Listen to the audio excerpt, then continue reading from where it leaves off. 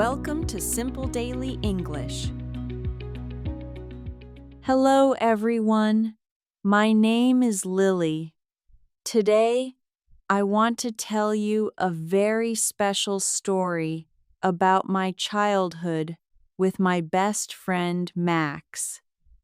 This story is different because it is about a time that feels like a dream now. We grew up in a world without the internet and without mobile phones. This lesson is perfect for beginners and A2 learners. I will speak slowly and clearly. Are you ready to see how we lived? Let's go back to the past.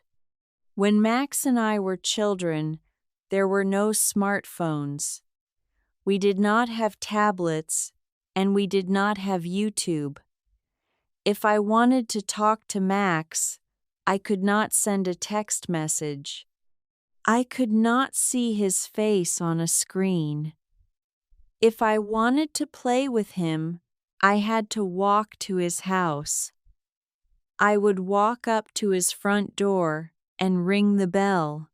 Ding dong. Max would open the door and we would decide what to do. Our world was not digital, it was physical. We spent all our time outside. Our social media was the neighborhood park.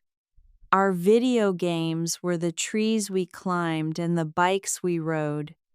Every morning, I didn't check a phone for notifications. Instead, I looked out the window to see the weather.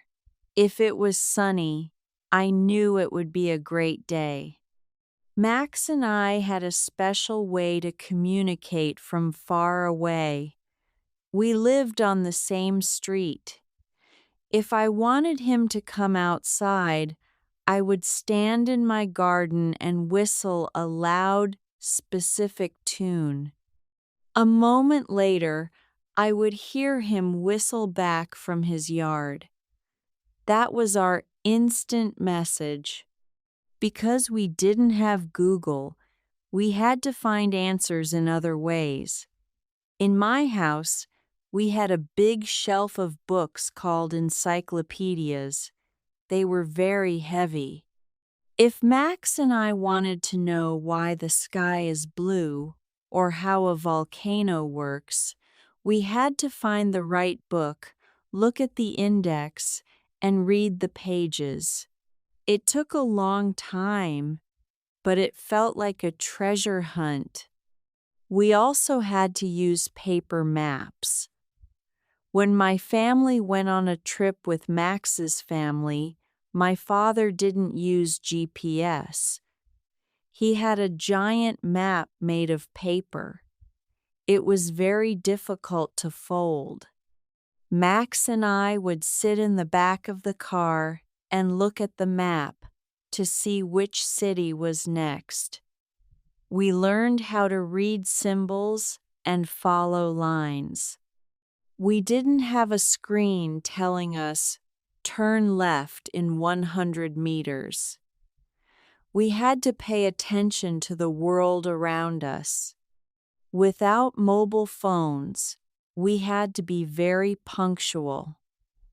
If Max and I agreed to meet at the library at 2 p.m., we had to be there at exactly 2 p.m. If I was late, I couldn't call him to say, "I'm coming." He would just have to wait and wonder where I was. This taught us to respect time and to keep our promises. In the evenings, we didn't watch Netflix. We watched the same 3 channels on a big, boxy television. We had to wait for our favorite cartoons to start at a specific time. If we missed the show, we couldn't watch it again. We also played a lot of board games.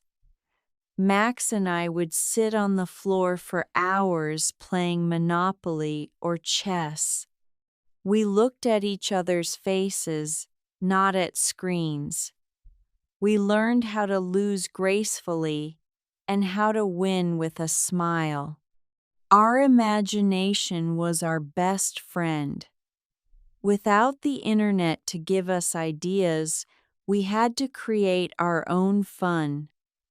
Max and I would find a large cardboard box and pretend it was a spaceship. We would use old tin cans and a long piece of string to make a telephone. We would pull the string tight and whisper into the can. "Can you hear me, Max?" I would ask. "Yes, Lily," loud and clear. He would answer from the other side of the garden. We learned how things worked by touching them and building them.